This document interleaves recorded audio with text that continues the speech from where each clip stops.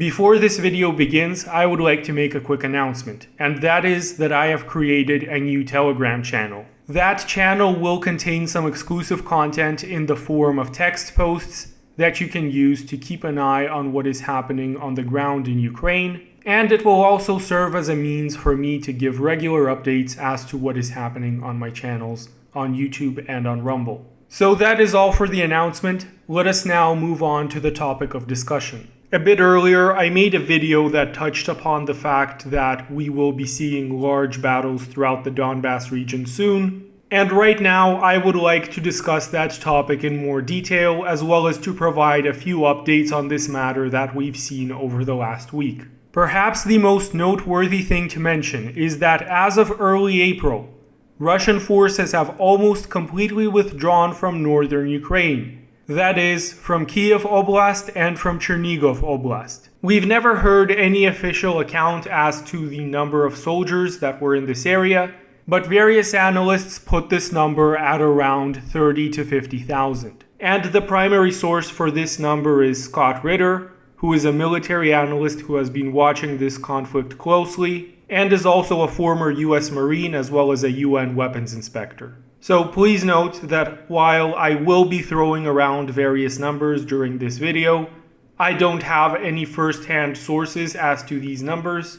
All the numbers that you're going to hear are from various third-party sources, and needless to say, there is no solid proof that any of these numbers are absolutely correct. In order to provide that, one would have to have first-hand sources from the high command in the Russian and the Ukrainian militaries, which, of course, nobody is going to put out on the internet. But going back to the topic at hand, we have preliminary estimates that there were around 30 to 50,000 Russian troops in northern Ukraine. And I will remind everybody that that is out of a total force of about 180,000 to 200,000. At least those were the numbers that were provided to us by US sources from before this war began. So about a division's worth of Russian forces have redeployed from northern Ukraine, and it doesn't take a lot of guesses as to where they are heading. In various regions of Belarus and Russia, more armor columns, trains packed with military equipment have been sighted heading towards Ukraine. And they are almost certainly all headed, or at least the vast majority of them is headed towards the Donbass region, where, I will also remind everybody, the majority of the Ukrainian forces are concentrated. Various estimates for the total number of Ukrainian forces in this small area within the Donbass have been anywhere from around 40 to 100,000. And many people have pointed out that this is the better trained and better equipped part of the Ukrainian military. Before this war began, the Ukrainian military numbered somewhere in the region of 300,000 soldiers. And if one counts the lightly armed paramilitary force, which is the Territorial Defense Forces, it is even higher than that. But, as is the case with any army, some units are better trained, better led, and better equipped than others. And most of the better equipped and better trained forces are located in the Donbass region. And they have been here for many years. Battalions and fighting forces like Azov and Aidar were born in the battles that happened here around 2014 and 2015. Groups like Right Sector, which form up the more fanatical part of the Ukrainian military, aren't going to sit back somewhere in western Ukraine as all of the battles happen in the east. So not only do you have the better trained and better equipped part of the Ukrainian force in this area, but you also have the majority of the nationalist forces. That is to say, these far-right organizations, which may not be better equipped or better trained than the rest of the Ukrainian army, but are a lot more determined and fanatical than your average Ukrainian army soldier. Especially since they know that they will not receive the kind treatment from the Russians that the rest of the Ukrainian army gets if they should have to surrender and become prisoners of war. Now, on the other hand, you have the battle for Mariupol, which has been going on for more than a month now and is just starting to simmer down. Mariupol is not yet fully secured. A few days ago, we heard reports that around 4,000 of the original 14,000 Ukrainian soldiers were still fighting in this area and resisting the advances of the Russian forces. That was the situation as of the very first days of April. Since then, we've seen hundreds of Ukrainian soldiers surrender at the same time. We've seen the Ukrainian forces being pushed out of the city center and into the Azovstal factory and the city port. And I would guess the total number of Ukrainian soldiers in Mariupol right now who are still fighting to be around 2,000 or 3,000. I expect the Battle of Mariupol to come to its final end in about a week's time, though some of the Russian forces and pro-Russian fighters in the area may already be starting to redeploy and head towards the Donbass as well. And here I will highlight that this has not been confirmed or even stated by any source. This is just my personal guess based on what I think makes sense. The number of Russian soldiers and pro-Russian forces that participated in the Battle of Mariupol is placed by various analysts also around 50,000. And depending on which approach Russia decides to use to drive out these few thousand remaining Ukrainian soldiers from Mariupol, we might soon see a part of this force beginning to redeploy towards the Donbass. In any event, the battle for Mariupol is coming to its conclusive end, and after that battle is over, the forces there will be redeployed to the other contact lines throughout the Donbass. So to reiterate my main point, the withdrawal of Russian forces from northern Ukraine and the imminent conclusion of the Battle of Mariupol will together free up about 100,000 Russian soldiers. And it is evident that all of these soldiers will fall upon the main Ukrainian force in the Donbass. The Ukrainian High Command, of course, realizes this as well. We've received reports that Ukraine is now trying to reinforce this main group at the contact line, but given Russia's total dominance in the air, and the fact that many fuel and ammunition depots, oil processing facilities, and even train stations in the area have been destroyed, this is proving quite difficult for Ukraine. In other words, the operational mobility of Russian forces in the area is much higher than the operational mobility of Ukrainian forces. And this is the direct result of all of the work that the Russian Air Force and the Russian Navy has done in the last several weeks to destroy or put out of action all of this infrastructure which is vital to Ukraine's military goals. Now, before we proceed to discuss the military situation any further, I think that we should take a few minutes to discuss the military objectives of both sides and what they can realistically achieve. And I will start with Ukraine. For Ukraine, the main objective appears to be to keep as many Russian forces bogged down for as long as possible, and to inflict the highest possible casualties among them via attrition. Ukraine has already had some success in this throughout the main contact line in the Donbass, but especially in Mariupol, where only 14,000 Ukrainian soldiers contested control of the city for over a month, and, I suspect, inflicted significant casualties on the opposing side. Now, the rest of the Donbass is not nearly as urbanized as Mariupol, but nonetheless, there are many small towns and villages scattered throughout. And all of these population centers can and are being used by the Ukrainian military as fortified outposts, especially since Russian forces are very hesitant to bombard residential areas, even when they know that said residential areas house enemy combatants. And that is not to mention the fact that Ukrainian fortified positions in this area have been built up over the course of 8 years. Which is to say that Ukrainian forces in this area are pretty well dug in. If the Ukrainian force succeeds in bogging down the Russian military long enough and inflicting high enough casualties on the Russian force, then it is not inconceivable that Russia might have to bring a lot more forces to Ukraine, including possibly mobilizing its civilian population. That is to say, a general draft in Russia. And at that point, Ukraine, as well as the Western governments that back Ukraine, will have won a major battle, not on the contact line, but in the battlefield of geopolitics. Since at that point, the Russian military will be discredited for not being able to take on Ukraine without mobilizing its population, the Russian economy will suffer from the effects of a general draft, and,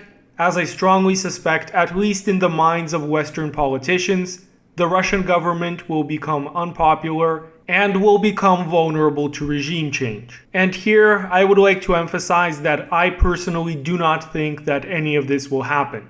It is just my belief that these are the strategic goals of Ukraine and of the collective West, and I fully accept that I might be wrong in this analysis. So with that said, let's now talk about the goals of the Russian military in this battle. The Russian military will almost certainly hope to break through the contact line and encircle the main force in the Donbass. This is being openly stated by combatants on the ground, by Russian politicians, and even by Russian military spokespersons. If the Ukrainian army grouping in the Donbass becomes completely encircled, they will be continuously shelled by artillery and bombed from the air, they will be completely cut off from supplies, and they will eventually be forced to surrender. And the sooner that this happens, the more decisive the Russian military victory is in battle, the better Russia's military and negotiating position will be afterwards. If Ukrainian defenses in the Donbass collapse completely,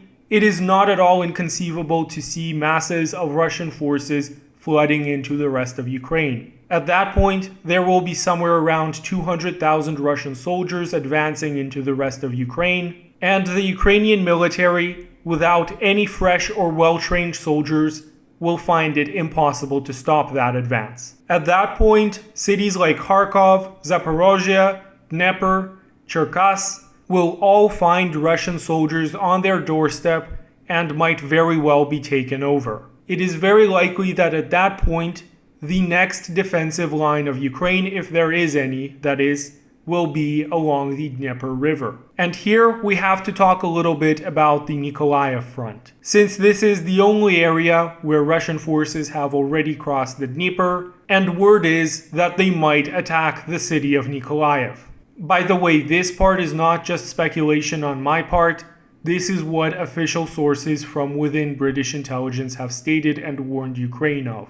Not to mention the fact that Russia has around 10 to 15 amphibious assault ships in the Black Sea, which can also stage a landing force in Nikolaev Oblast or even in Odessa Oblast. But it is by no means guaranteed that they will do so, especially since Russian military doctrine heavily relies on this concept of operational feints, and the threat of a Russian attack in these locations might simply be there to distract Ukraine from the main battle in the Donbass. That is to say, to force the Ukrainian command to keep their attention on these areas, as well as to deploy various troops that would have otherwise been deployed to the Donbass to these areas instead. In any event, the main focus will be on the Donbass, and what we are seeing now is the calm before the storm. Over the last few days, there haven't been any heavy clashes in Ukraine outside of the city of Mariupol. We are seeing a sort of operational pause as more and more reinforcements are coming towards the Donbass from Russia's side, and the same reinforcements are trying to reach the Donbass from Ukraine's side as well. The Russian military has been making minor advances at various points. It has been capturing various small villages, but these are more like small prodding attacks primarily meant to gather reconnaissance than they are serious large battles. We've also seen artillery heavily intensify their bombardment of this area, and the Russian Air Force sending fighter bombers and ground attack planes over this area every single day. So in other words, we are seeing what clearly looks like all of the preparations for the battle. So given all of this information that we have, which I will emphasize again might not be 100% accurate since we do have a little bit of a fog of war, but assuming that at least most of this is correct, we will be seeing somewhere in the realm of 200,000, maybe even a little bit higher, soldiers fighting on the Russian side. And here I will emphasize that this is indeed higher than the total number of Russian soldiers in the area, and that is because we also have to take into account the soldiers of the Donetsk People's Republic and the Luhansk People's Republic. And this combined force will fall upon somewhere around 70,000 Ukrainian soldiers. And said Ukrainian forces are already facing a logistical crisis, which takes the shape of a lack of fuel and a lack of ammunition. not to mention the fact that Russian artillery and the Russian Air Force is constantly softening up their defenses. Which in turn means that a part of the fighting force and all of the fighting equipment that the Ukrainian military once had in this area has already been partially destroyed and is being further whittled down every day. So given all of this, given all that we are seeing, it seems that the Ukrainian force is heavily outmatched, and that its chances in succeeding in its operational objectives are rather low. The Donbass will soon fall to Russian forces, that is without question. The only questions that remain are how long will this battle take, and what kinds of casualties will it inflict upon the Russian force. And of course, the last question is, when will this battle begin? And when addressing this question, we need to understand that both sides in the conflict understand that this is the battle which will decide the outcome of the war. Both sides are preparing very carefully and are in no rush to start fighting until all the preparations are made. So I think that it is very likely that the Battle of the Donbass will begin a few days after the battle for Mariupol is concluded. In fact, it is very likely that the Battle of Mariupol is a form of rehearsal for the much larger Battle of the Donbass. And of course, this begs the next question: when will the Battle of Mariupol be finished? Now, I've said before that the Battle of Mariupol is nearing its conclusion. Ukrainian forces, what remains of them, are only holding the port area and the area of the Azovstal steelworks. And unlike the rest of the city, these are not residential areas. There are no civilians living here, and almost none of the infrastructure in these areas is critical to the city itself. That means that the Russian forces are much more free to bomb this area as they please, since there is very little to no risk of civilian casualties. And Russian soldiers as well as military spokespersons have openly said that they will be heavily bombing this area. Furthermore, I think it needs to be mentioned that we are already seeing mass surrenders in Mariupol. Just 2 days ago, on April 4th, 267 Ukrainian Marines collectively surrendered. This is very indicative of the general state of the defense of Mariupol. Now, I don't think that the Azov, right sector, and all of these other far-right militias are going to surrender. Or at the very least, they will be the last ones to surrender because they understand perfectly well that the Russians are going to deal with them much more harshly than with the regular Ukrainian army. But even so, if other Ukrainian army soldiers continue surrendering in Mariupol at this rate, then these far-right militias will be left alone. That is to say, they will be the only ones left fighting the overwhelmingly superior force that is currently seizing control of Mariupol, and they will not last long. We are already seeing the Russian forces pull up 240mm self-propelled mortars, which is the heaviest form of self-propelled artillery anywhere on Earth, and has already in fact been used to fire on Ukrainian forces in Mariupol, as well as Russian strategic bombers being loaded with Fab 3000 aviation bombs. That is to say, 3-ton aviation bombs packing almost 1.5 tons of explosive material. If the Russian forces use these to bomb Mariupol, which is by no means a certainty but would make sense, then I would expect the Russian forces to clean out what remains of Mariupol's defenders very quickly. Although I would note here that history has proven time and time again that without boots on the ground, wars and battles cannot be won. And that the Azovstal steelworks, as well as the city port, offer plenty of locations to take cover. These are urbanized areas, which means that the battle will be an urban one, even if there are no residential areas nearby. So, in conclusion, it will likely take about a week for the last of the garrison in Mariupol to be completely eliminated, after which Russia will be free to deploy about 50,000 more soldiers to the contact line in the Donbass, although some of these soldiers may already be starting to redeploy. And when all Russian forces are gathered in the area and prepared, a major offensive will begin in the Donbass. Russian forces will attempt to encircle the garrison in the Donbass and will most likely succeed. When this is done and Ukrainian forces in the area surrender or are destroyed, then the majority of Ukraine's army, and most notably the vast majority of its well-trained and well-equipped personnel, will be gone. At that point, we will be entering a new phase of this war. At least, this is what it all looks like right now.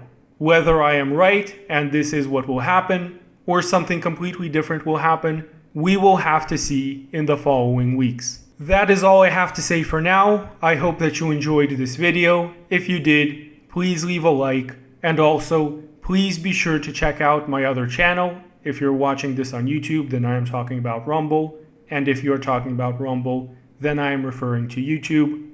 And most importantly, please be sure to check out my Telegram channel. You will be able to find updates about my various videos there, and I will also be making regular posts on that channel, which you can use to keep an eye on the events that are happening on the ground in Ukraine.